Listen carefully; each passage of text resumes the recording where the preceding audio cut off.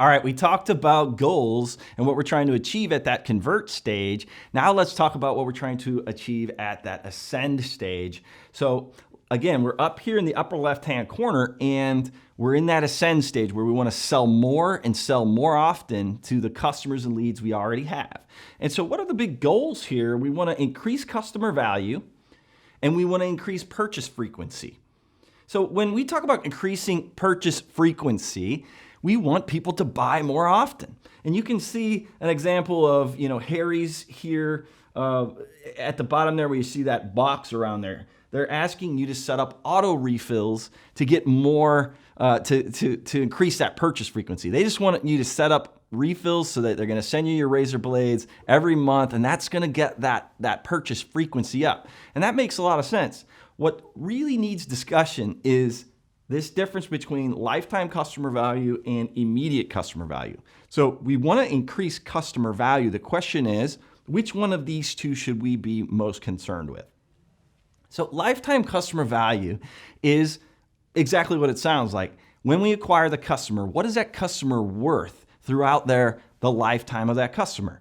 And that's going to have a lot to do. It's a very difficult metric to calculate because it's so far into the future.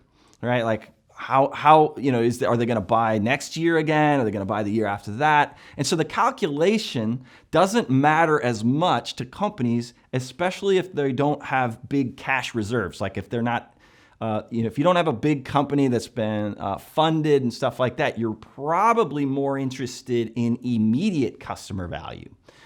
Like how much is that customer worth to me today? Because I can't acquire the customer and hope that they're going to pay me back over the next 3 to 5 or 10 years. I need to be able to ROI that acquisition today because we're not sitting on a big pot of cash. So let's look at the math behind your marketing again here. Let's look at again the same scenario where we've been driving traffic into a lead magnet. Okay, so this is a piece of content at the subscription stage. And then we deliver that lead magnet up in the upper right. So they opt in for the content marketing hiring guide. And then they get the hiring guide and then we make the $20 offer. That was at that convert stage.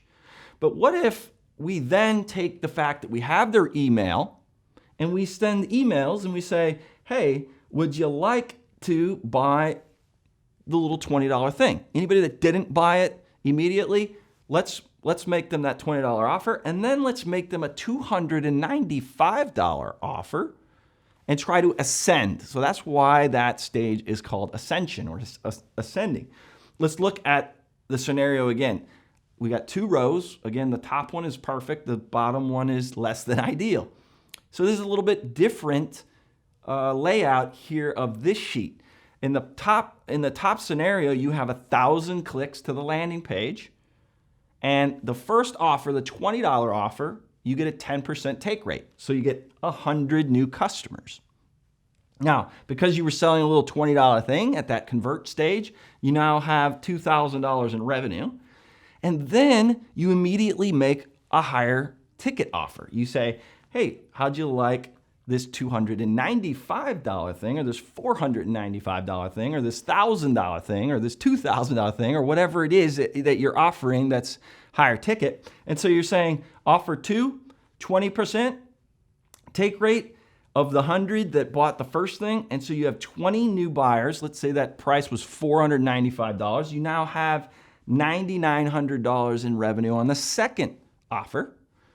And so your total revenue is $11,900 for that campaign. Now, the immediate value of each one of those customers that comes through this campaign is $119. Now, this is what it looks like at the ascend stage, whereas in the convert stage, we were looking to break even. Here, we're looking for high customer value, high immediate customer value, so that we can ROI this customer acquisition immediately. So, how do we calculate this immediate customer value?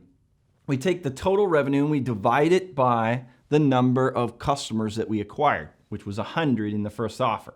So we divide $11,900 divided by 100. We know that every customer that comes through this campaign is worth $119 because of the way this campaign is converting. And so these are the kinds of numbers you want to be looking at the ascend stage. Now, we can use content to make these numbers improve, right? So if we're not happy with the number of people taking the the 20% conversion rate on the $495 offer, we can use content to increase that.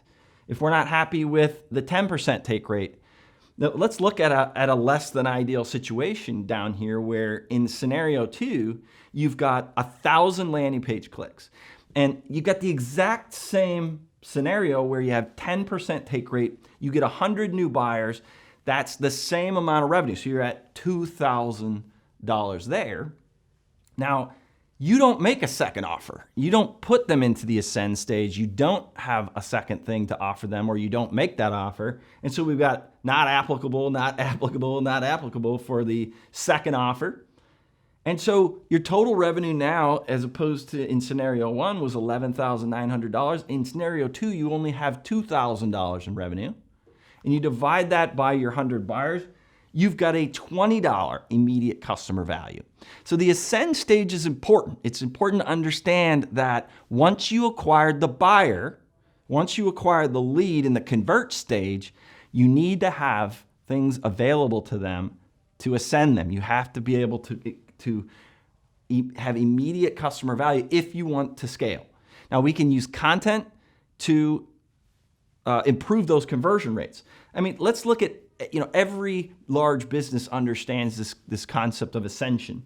When you walk through the grocery store and they have the little candies and different things available to you along right as you're checking out, that's on purpose, right? They want to increase the basket value. So that's another term for immediate customer value is basket value.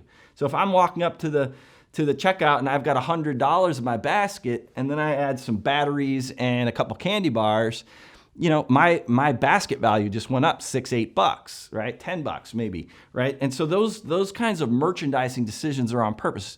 The concept is to increase immediate value. How much is that basket, each basket that's coming through the checkout, how much is it worth? Look at how Kajabi in the software space is using this concept of understanding like immediate value of the customer. If I'm on their page trying to decide if I should be a Kajabi customer, you can choose to be monthly or you could choose to go annually. Which one's going to increase my immediate value is, of course, annual. And so they're incentivizing me to choose the annual because it's more immediate customer value. So you can see here that they're incentivizing me by saying, save 20% with annual billing.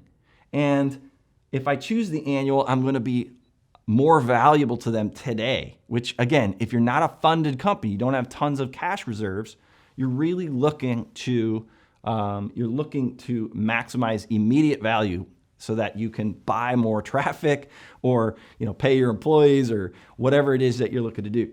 Here's Dave Ramsey. Ramsey Solutions is a great information marketing business. And you can see here that they are bundling a bunch of products together in order to maximize your value today, right? So you want a book from Dave Ramsey, that's great, but how about we bundle all of these things together and increase the amount to $99 and maximize your immediate customer value. Now, in the next video, we're going to be talking about how content marketers anticipate and satisfy intent. We'll see you there.